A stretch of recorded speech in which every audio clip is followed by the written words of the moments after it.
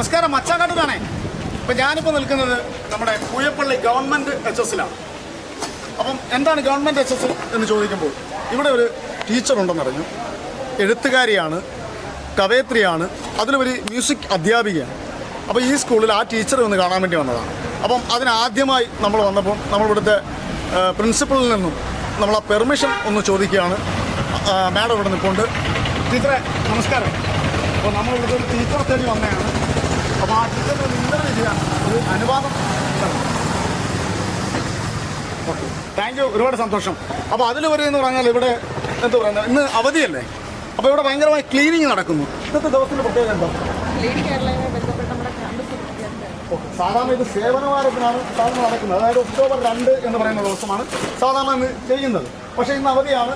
അപ്പം സാധാരണ എല്ലാ കുട്ടികളും വീട്ടിലിരിക്കുന്നുണ്ട്. പക്ഷേ കുറേ കുട്ടികളിവിടെ ഉണ്ട്. അതിലൊരു അധ്യാപകരുണ്ട്, അതിലൊരു എല്ലാ പ്രവർത്തകരുണ്ട്, PTA പ്രവർത്തകരുണ്ടെന്ന് തോന്നുന്നു അല്ലേ?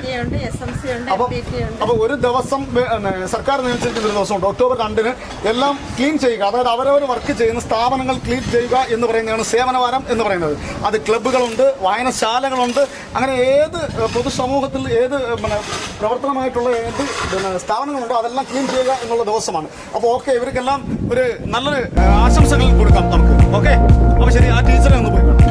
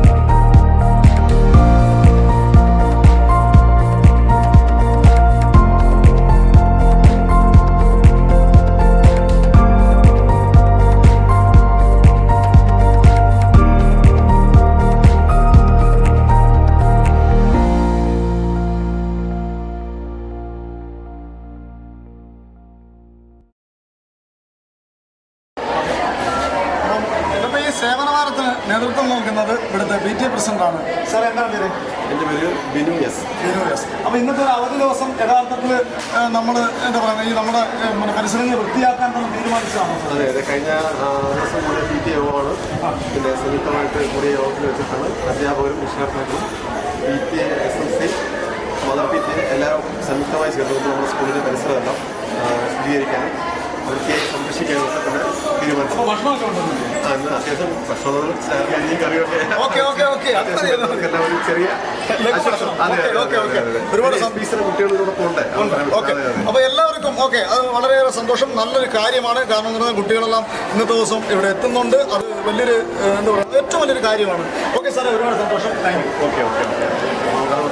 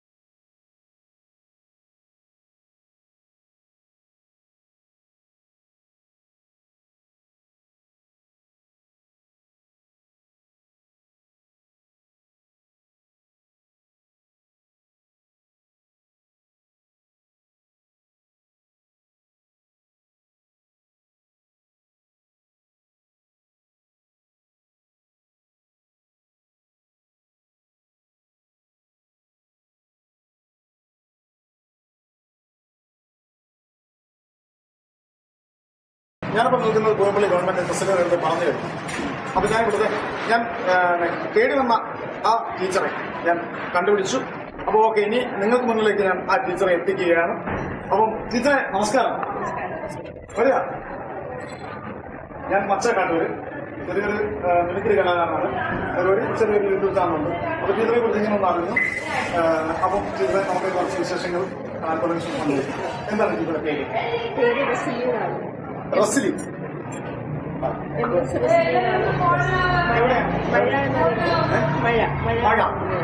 എവിടെയാണ് സ്വദേശം? വീട്ടില് അമ്മയുണ്ട്, എന്റെ അമ്മയുണ്ട്, ഹസ്ബൻഡിന്റെ അമ്മയുണ്ട്, ഹസ്ബൻഡ് 2 മക്കൾ. മക്കൾ ഒരാൾ എഞ്ചിനീയറിംഗ് കഴിഞ്ഞു, ഒരാള് CA, ഇളയാള്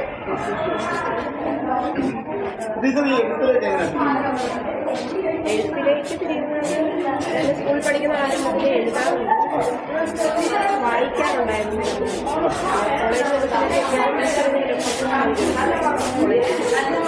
കഥകൾക്കാണ് കൂടുതൽ കഥയും കഥകൾക്കാണ് കൂടുതൽ മത്സരങ്ങൾ പുരസ്കാരങ്ങൾ. എൻ്റെ രണ്ടാമത്തെ കവിതാ സമാഹാരം പ്രയാണം എന്ന് പറയുന്ന ആ ഒരു കവിതാ സമാഹാരത്തിന് പുരസ്കാരങ്ങൾ കിട്ടിയിട്ടുണ്ട്. നമ്മുടെ ഓരോ ലൈബ്രറികൾ സംസ്ഥാന മധ്യവർജന സമിതിയുടെ പുരസ്കാരം കിട്ടിയിട്ടുണ്ട്. സാഹിത്യ പുരസ്കാരം, മലയാള സാഹിത്യവേദി, അങ്ങനെ കുറേ. അപ്പം ആ അവാർഡ് കിട്ടിയ ആ ഒരു അംഗീകാരം കിട്ടിയ കവിത നമ്മുടെ മച്ചാൻ മീഡിയയിൽ പ്രേക്ഷകർക്ക് വേണ്ടി ഒന്നാണ് എനിക്ക് കുറച്ചില്ലേ കനൽമരം എന്ന കവിതയിലെ കുറച്ച് വരികൾ പ്രേമി നോക്കി പറയാം. ചിറകൊരുക്കി കാത്തിരുന്നൊരു കാലമിന്നെങ്ങോ പറന്നിറങ്ങി ചിറകൊടിഞ്ഞു തളർന്നിരിക്കുന്നു. പുകതിന്ന കനവുകളുറഞ്ഞുതുള്ളി അടർന്ന കൂടുകളിൽ പുതുസ്വപ്നമൊന്നിനി നാം പിടാനായി ആരു വരമിരക്കും. കാലമേറെ കടന്നുപോയി, കാൽച്ചിലമ്പൂ മുടഞ്ഞുപോയി, വിടർന്നുപോയ പെൺപൂവിനെന്നും ഇരവൊരുക്കി പുതുവേദന. ലഹരി പൂക്കും സിരകളിൽ തുടിച്ചിടും വിഷവിത്തുകൾ മുളച്ചു പൊന്തി മറച്ചിടുന്നു സുഹൃതബന്ധങ്ങൾ. കൂടൊരുക്കി കാത്തിരുന്നൊരു കാലമിന്നെങ്ങോ കനൽ പൂവു ചൂടി ചുടല നൃത്തമതാടി നീങ്ങുന്നു. Thank you very much. അപ്പം ടീച്ചറെ ഞാനൊരു ചോദ്യം ചോദിക്കുന്നു. സാധാരണ എഴുത്തുകളെന്ന് പറയുമ്പം നമ്മുടെ ഉള്ളിലെ വിഷമങ്ങളെയും സങ്കടങ്ങളെയും പിന്നെ വികാരങ്ങളെയും എന്താ പറയുന്നത് നമുക്ക് തുറന്നു കാണിക്കുക നമ്മുടെ എഴുത്തുകളിലൂടെ. ഒരു സുന്ദരിക്ക് പൊട്ടുതൊടി, അതായത് സുന്ദരിക്ക് പൊട്ടുതൊട്ടാലേ സുന്ദരിയാകത്തുള്ളൂ. കണ്ണ് കെട്ടിയിട്ട് ആരാണ് കറക്റ്റായിട്ട് പൊട്ടു തൊടുന്നത് അപ്പോഴാണ് അവരുടെ സൗന്ദര്യം തിരിച്ചറിയുന്നത്. അതാണ് എഴുത്ത് എന്നുള്ള എൻ്റെ ഒരു ചെറിയൊരു അറിവ് ഞാൻ പറഞ്ഞതാണ്. ഗദ്യ കവിതകളാണോ ഇഷ്ടം, പദ്യ കവിതകളാണോ? അപ്പോൾ പദ്യ കവിതകളാണ് ഇഷ്ടം. അതിൽ പാട്ട് കേട്ടപ്പോൾ മനസ്സിലായി. കാരണം പദ്യ കവിതയ്ക്ക് ഒരു പ്രത്യേകതയുണ്ട്. അലങ്കാരം, വൃത്തം, സംഗീതം ഇതെല്ലാം വേണം. അപ്പം നമ്മുടെ കുമാരനാശാൻ സാറ്, ONV സാറ് ഇവരെല്ലാം ഏറ്റവും കൂടുതൽ പദ്യ കവിതയുടെ ആൾക്കാരായിരുന്നു. പക്ഷേ ഗദ്യ കവിതകൾ എന്ന് പറയുമ്പോൾ ഇതിൻ്റെ ശകലങ്ങൾ എടുത്തിട്ട് ഇത് തീവ്രമായി എത്തിക്കുന്ന ഒരു സംഭവമാണ് ഗദ്യ കവിത എന്ന് പറയുന്നത്, അല്ലേ? അപ്പോൾ അതിൽ ടോപ്പെന്ന് പറഞ്ഞാൽ ടോപ്പെന്നല്ല, നമുക്ക് ഒരുപാട് ആൾക്കാർ ശ്രദ്ധിച്ചപ്പെട്ടെന്ന് പറഞ്ഞാൽ അയ്യപ്പൻ സാറിൻ്റെ കവിത വന്നതിന് ശേഷം ശ്രദ്ധിച്ചിട്ടുണ്ട്.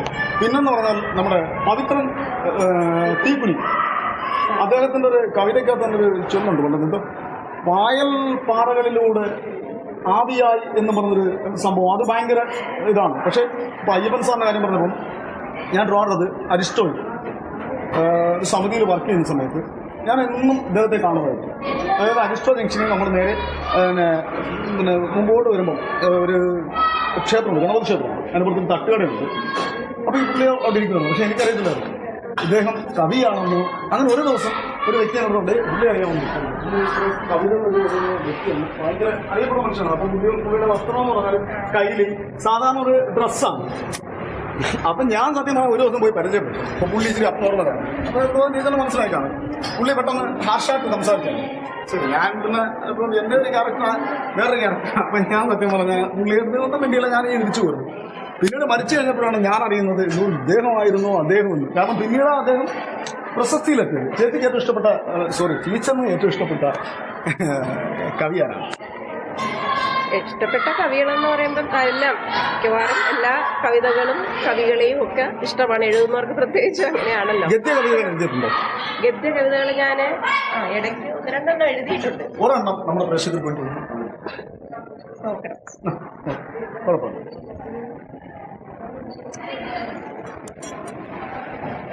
ഇന്ത്യയിലെ കൊതുക് വിഷയം, ആ ഒരു വിഷയവുമായി ബന്ധപ്പെട്ട ഒരു മത്സരത്തിന് വേണ്ടി എഴുതിയതാണ്. ഓക്കെ. അപ്പോൾ നമ്മുടെ മച്ചാൻ മീഡിയയിലെ പ്രേക്ഷകർക്ക് വേണ്ടി എൻ്റെ അടുത്തൊരു കവിത ടീച്ചർ ആലപിക്കുകയാണ്. മനസ്സ് കാർന്നു തിന്നുന്ന വിഷാദരേണുക്കൾ, പച്ചമാംസത്തിൽ അടരാടുന്ന പുത്തനവക്കൾ, മനം മടുപ്പിക്കുന്ന വിരഹഗതി, ദീനരോദനങ്ങൾ കേട്ടുമരവിച്ച മങ്ങിയ വരാന്തകൾ, മരണപ്പുറപ്പെട്ട മഞ്ഞുപെട്ടിയിൽ വികൃതമാക്കപ്പെട്ട പാഴ്ത്തടികൾ, മൂളിപ്പാട്ടിന്റെ ഈണം മറന്ന ചെറുപ്രാണി ചിറകും വിടർത്തി ഉയർന്നു പൊങ്ങി വെളിച്ചത്തിലേക്ക്. ഇരുൾമറവിൽ നേടിയെടുത്ത അശുദ്ധ നിണം ഉള്ളിൽ തിളയ്ക്കുന്നു. തളരാതെ പാറാൻ മറന്ന ഈണങ്ങൾ വീണ്ടെടുക്കാൻ മുഷിഞ്ഞ ചിന്തകൾ ഉറഞ്ഞുതുള്ളാതെ അവൾ പറന്നേറി വെളിച്ചത്തിലേക്ക്. മധുരം വിതറി പുതുപ്പിറവി കൊണ്ടാടുന്ന പരിഷ്കൃത ലോകത്തിലേക്ക് അവൾ പറന്നു. തമസിന്റെ വിത്തുകൾ കൊമ്പിൽ കോർത്ത് പേരറിയ കനവൾക്കുമേലെ പേരില്ലാത്ത അടുക്കളയിൽ പേറി പതിവ് യാത്രയിലാണവൾ. പാതിചത്ത മനസ്സുകളുടെ പാഴ്ക്കിനാവുകൾക്ക് താളമിട്ട് അനന്തമായ വരാന്തയിൽ അലയാൻ, മരവിച്ച കാതുകൾക്ക് ജീവസേകാൻ, ഇടയുന്ന ജീവന കാവലാകാൻ അവൾ ഇന്ന് ബാക്കിയായി. Thank you very much. കഥാപുസ്തകം പഠിക്കുന്നുണ്ടോ? ഇല്ല. അല്ല, എനിക്ക് എന്തോ ഒരു കാരണം നമ്മളിവിടെ ഞാൻ വിചാരിച്ചിന് ചിലപ്പം ടീച്ചർ ഇങ്ങനെ വെളിയം ആണെന്ന് പറഞ്ഞപ്പം എനിക്കൊരു സംശയം. അതുപോലെ ടീച്ചറെ കവിത ആലപിക്കുന്നതിനകത്തൊരു പ്രത്യേകതയുണ്ട്. എന്താണെന്നറിയാമോ? ഒരു ധ്വനിയുണ്ട്, സത്യം. അപ്പം ഇത്രയും നേരം വിശേഷങ്ങൾ പങ്കുവച്ചതിന് ഒരുപാട് സന്തോഷം. അതുപോലെ മച്ചാൻ മീഡിയയുടെ എല്ലാവിധ ആശംസകളും. അപ്പം ടീച്ചറെ നമ്മുടെ മച്ചാൻ മീഡിയയുടെ പ്രേക്ഷകർക്ക് വേണ്ടിയും അതിലുപരി ഇപ്പോഴത്തെ ന്യൂ ജനറേഷൻ എന്ന് പറയുന്ന കുട്ടികൾക്ക് വേണ്ടി ഒരു മോട്ടിവേഷൻ ടീച്ചറുടെ ഭാഗത്തുനിന്ന് ഒരു അല്പം കുട്ടികൾക്ക് വേണ്ടി, ഇന്നത്തെ പൊതുസമൂഹത്തിന് വേണ്ടി നമുക്ക് കൊടുക്കാൻ പറ്റുന്ന ഒരു മോട്ടിവേഷൻ.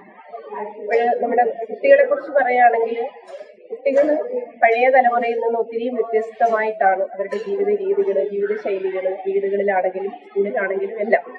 പിന്നെ അവരിൽ നഷ്ടപ്പെട്ടുകൊണ്ടിരിക്കുന്ന ചില മൂല്യം അതിന് കൊണ്ടുവരാൻ വേണ്ടിയിട്ട് അവരുടേതായ ഈ പുതിയ ജനറേഷന് ചേരുന്ന രീതിയിൽ അവരെ മാറ്റിയെടുക്കാൻ എല്ലാ അധ്യാപകർക്കും രക്ഷിതാക്കൾക്കും കഴിയണം. എങ്കിൽ മാത്രമേ നമുക്ക് ആരോഗ്യമുള്ള ഒരു സമൂഹം ഉണ്ടാവുകയുള്ളൂ. കണ്ണീരൊപ്പാന്, സങ്കടപ്പെടുന്നവരെ ചേർത്ത് നിർത്താനുള്ള ഒരു കഴിവ് അവരിലേക്ക് ഉണ്ടാവുകയുള്ളൂ. അങ്ങനെ ഉണ്ടാവണം. എല്ലാവിധ ഓക്കെ. നമ്മുടെ പ്രേക്ഷകർക്കുള്ള ആശംസ. ഒരു കാര്യം പറഞ്ഞു, കണ്ണീരൊപ്പാൻ ഗവൺമെന്റ് സ്കൂളും പ്രൈവറ്റ് സ്കൂളും തമ്മിലുള്ള വ്യത്യാസം ഉണ്ടാകും. ഗവൺമെന്റ് സ്കൂളുകൾ എന്ന് പറയുമ്പോൾ തീർച്ചയായിട്ടും കുട്ടികളോടൊപ്പം അവരുടെ വിഷമങ്ങൾ അറിയാൻ ചേർന്ന് നിൽക്കുന്ന ഒരു അധ്യാപക സമൂഹമാണ് അവിടെ ഉള്ളത്. സാധാരണക്കാരായ ആളുകളാണ് കൂടുതൽ അധ്യാപക സമൂഹം. ഞാൻ ചോദിച്ചത്, ഗവൺമെന്റ് സ്കൂളും പ്രൈവറ്റ് സ്കൂളും അവിടെ പഠിക്കുന്ന കുട്ടികൾ തമ്മിലുള്ള വ്യത്യാസം എന്താണെന്ന് നമുക്ക് എന്തിനാണെങ്കിലും, പഠനത്തിനാണെങ്കിലും പാഠ്യേതര പ്രവർത്തനങ്ങളാണെങ്കിലും ഒറ്റ ഓട്ടത്തിൽ നമ്മുടെ അടുത്തേക്ക് ഓടിയെത്തും. അതാണ് പറഞ്ഞത്. അതാണ് കറക്റ്റ് ആൻഡ് ആൻസർ. ഞാൻ പറഞ്ഞുതരാം. അതിന് ഒരു ഉദാഹരണം പറഞ്ഞുതരാം. കമ്മിറ്റ്മെന്റ് എന്ന് പറയുന്ന ഒരു സംഭവം ഗവൺമെന്റ് സ്കൂൾ പഠിക്കുന്ന കുട്ടികൾക്ക് എപ്പോഴും കാണും. കാരണം എന്താണെന്ന് അടുത്തിരിക്കുന്ന ഒരു പയ്യൻ, പക്ഷേ ഞാനും ടീച്ചറൊക്കെ ആ കാലഘട്ടത്തിൽ നിന്ന് പഠിച്ചു വന്നവരാണ്.